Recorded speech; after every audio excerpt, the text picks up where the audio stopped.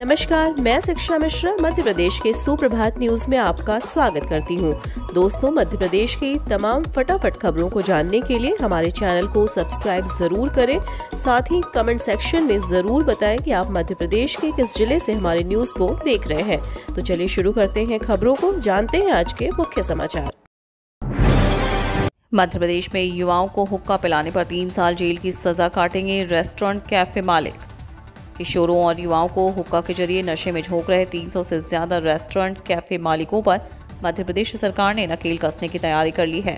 हुक्का बार पर प्रतिबंध लगाने के प्रावधान वाले एक संशोधन बिल को मध्य प्रदेश की कैबिनेट ने मंजूरी दे दी है। संशोधन में यह प्रावधान रखा गया है कि प्रदेश में हुक्का बार का संचालन अवैध माना जाएगा। इसके बाद भी यदि कोई हुक्का बार का संचालन करता है तो उसे 3 साल तक की कैद होगी। मंगलवार को इस संबंध में तैयार किए गए संशोधित बिल को कैबिनेट की बैठक में मंजूरी दी गई है। संभवतः बिल को विधानसभा के शीतकालीन सत्र में पेश किया जा सकता है। यहां से बिल पास होने के बाद राष्ट्रपति की मंजूरी के बाद यह लागू हो जाएगा। ओबीसी आरक्षण पर हाईकोर्ट ने राज्य सरकार को दिए यह निर्देश। मध्य प्रदेश हाईकोर्ट में ओबीसी आरक्षण से संबंधित सभी 61 याचिकाओं पर सुनवाई हुई। सुनवाई करते हुए हाईकोर्ट जस्टिस शील नागू एवं जस्टिस वीरेंद्र सिंह की डिवीजन बेंच ने कहा कि एससी में अभी ओबीसी आरक्षण से जुड़ी 4 याचिकाएं लंबित हैं। लिहाजा हाईकोर्ट ने राज्य सरकार को निर्देश दिए हैं कि पहले सुप्रीम कोर्ट में लंबित याचिकाओं का निराकरण करवाएं। हाईकोर्ट ने कहा कि जब सुप्रीम कोर्ट में याचिका लंबित है तो ऐसे में अभी सुनवाई हाईकोर्ट में नहीं की जा सकती। हाईकोर्ट ने अब इस मामले पर सुनवाई के लिए 23 जनवरी की तिथि तय करते हुए अगली सुनवाई की बात कही। ऐसे में अब अगली सुनवाई तक 27% पिछड़ा वर्ग आरक्षण पर अंतरिम रोक लागू रहेगी। एमपी में 1600 करोड़ का निवेश करेगा वॉल्वो तथा आइशर मोटर्स का संयुक्त उपक्रम।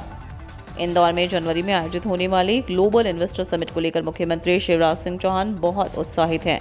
वे लगातार देश के उद्योगपतियों से संपर्क कर रहे हैं, उनसे संवाद कर रहे हैं और मध्य प्रदेश में निवेश के लिए आमंत्रित कर रहे हैं।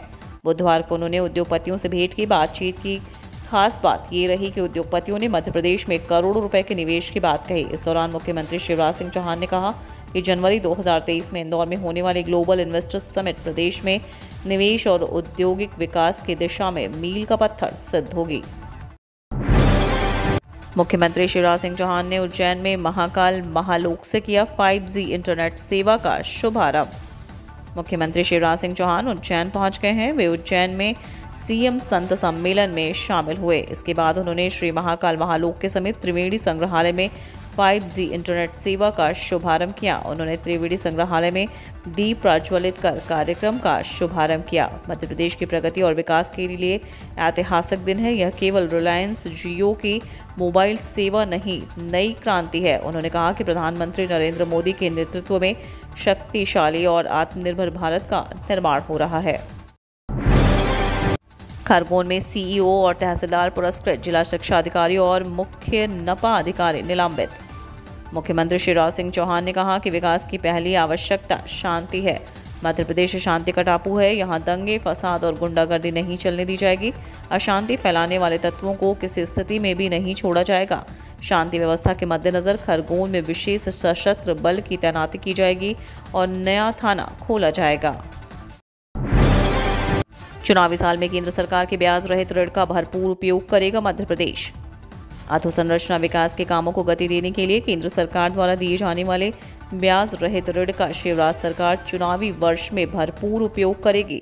आगामी वित्तीय वर्ष के लिए 10,000 करोड़ रुपए का ऋण प्राप्त करने की कार्ययोजना बनाई जा रही है। इसके लिए केंद्रीय वित्त मंत्री निर्मला सीतारमण से मुख्यमंत्री शिवराज सिंह चौहान की प्रारंभिक चर्चा भी हो चुकी है। उन्होंने जनवरी तक प्रस्ताव भेजने के लिए कहा। इस वर्ष योजना के प्रदेश के लिए 6,890 करोड़ रुपए स्वीकृत किए गए हैं। इसमें से 3,245 करोड़ रुपए मिल भी चुके हैं। शेष राशि प्राप्त करने के लिए प्रस्ताव केंद्र सरकार को भेजा जा रहा है। बिजली चोरी पर सख्ती, अलग अलग मामलों में 364 करोड़ रुपए से अधिक की बिलिंग। बिजली चोरी रोकने के लिए राज्य सरकार बहुत सख्त दिख रही है।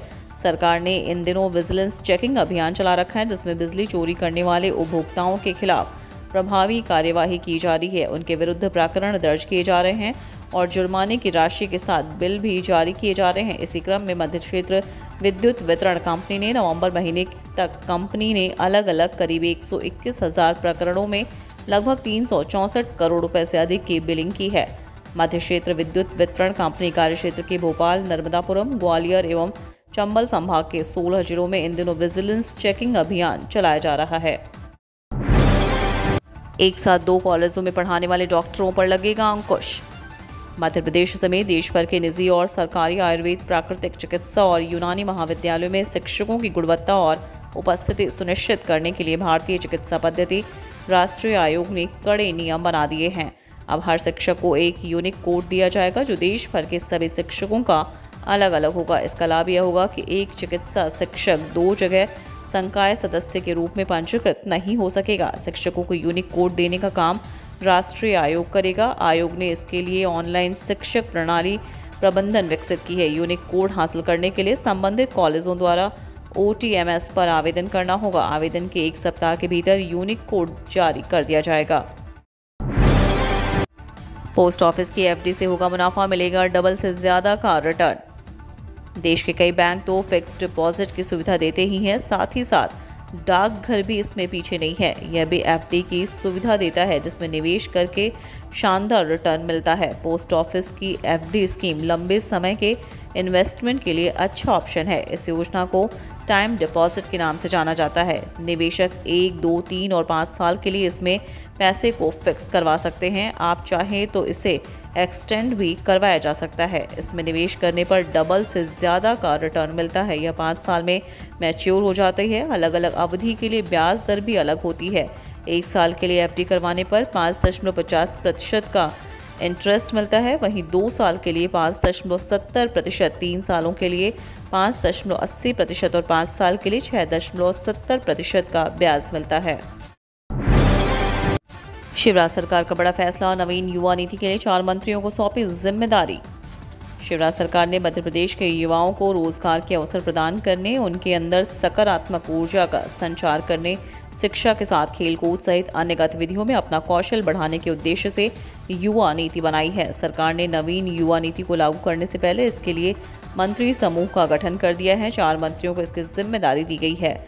मध्य प्रदेश की शिवराज सरकार ने नवीन युवा नीति निर्माण के लिए आवश्यक सुझाव अनुशंसा प्रस्तुत किए जाने के लिए मंत्री समूह का गठन किया है। SBI ने दिया करोड़ों ग्राहकों को झटका, उठाया ये बड़ा कदम। देश के सबसे बड़े सरकारी बैंक ने ग्राहकों को झटका दे दिया है।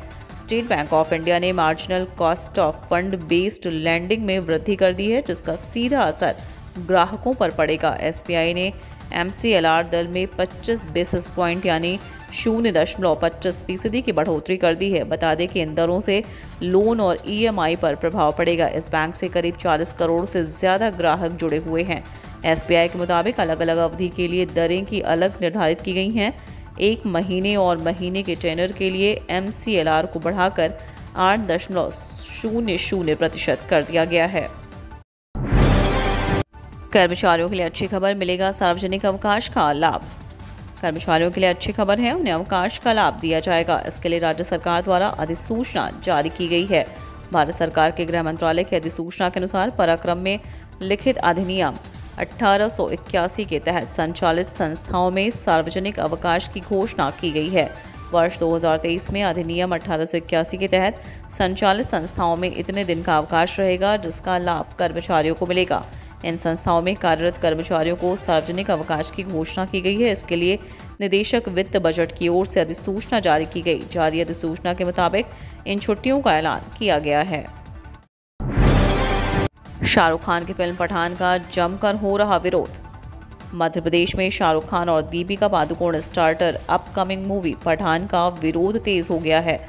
इंदौर में बुधवार को गृह मंत्री नरोत्तम मिश्रा ने अभिनेत्री दीपिका पादुकोण के गाने में पहने गए कपड़ों को लेकर आपत्ति जताई थी। वहीं इंदौर के भीम शिवाजी ग्रुप द्वारा फिल्म पठान के अभिनेता शाहरुख खान का पुतला दहन किया गया और मुख्यमंत्री शिवराज सिंह चौहान से फिल्म को मध्य प्रदेश में बैन करने की मांग की है। मध्य प्रदेश के 4 कॉलेजों में BDS की 85% से ज्यादा सीटें रिक्त। मध्य प्रदेश के इंजीनियरिंग कॉलेजों की तरह ही दंत चिकित्सा महाविद्यालयों की हालत बिगड़ रही है। स्थिति ये है कि 2022-23 के सत्र में प्रदेश के 4 मेडिकल कॉलेजों में 85% से ज़्यादा सीटें रिक्त हैं। भोपाल के एक महाविद्यालय में सिर्फ एक और ग्वालियर के एक महाविद्यालय में मात्र 2 विद्यार्थियों ने ही प्रवेश लिया है। प्रदेश के सभी 14 कॉलेजों की बात करें तो 60% सीटें रिक्त हैं। यह स्थिति 2 चरण की काउंसलिंग के बाद की है। अब मॉपअप चरण की काउंसलिंग का सीट आवंटन होना है। इसमें भी 50 से ज़्यादा सीटों के आवंटन की उम्मीद नहीं है। यह स्थिति रही तो आगे चलकर प्रदेश के कई डेंटल कॉलेज बंद होने की स्थिति में पहुंच जाएंगे। रेल यात्रियों को झटका, बढ़ेगा ट्रेन का किराया। रेल मंत्री अश्विनी वैष्णव ने बुधवार को लोकसभा में बोलते हुए आने वाले समय में रेल किराया बढ़ाने का इशारा दिया। अश्विनी वैष्णव के इस बयान के बाद आने वाले समय में ट्रेन का किराया बढ़ाए जाने की उम्मीद की जा रही है। लोकसभा में रेल मंत्री से कोविड-19 के पहले सीनियर सिटीजन को ट्रेन के किराए पर मिलने वाली छूट को फिर से शुरू करने पर पूछा गया। इस सवाल के जवाब में रेल मंत्री ने कहा कि ट्रेन से यात्रा करने वाले हर यात्री को मौजूदा समय में 55% की छूट दी जा रही है।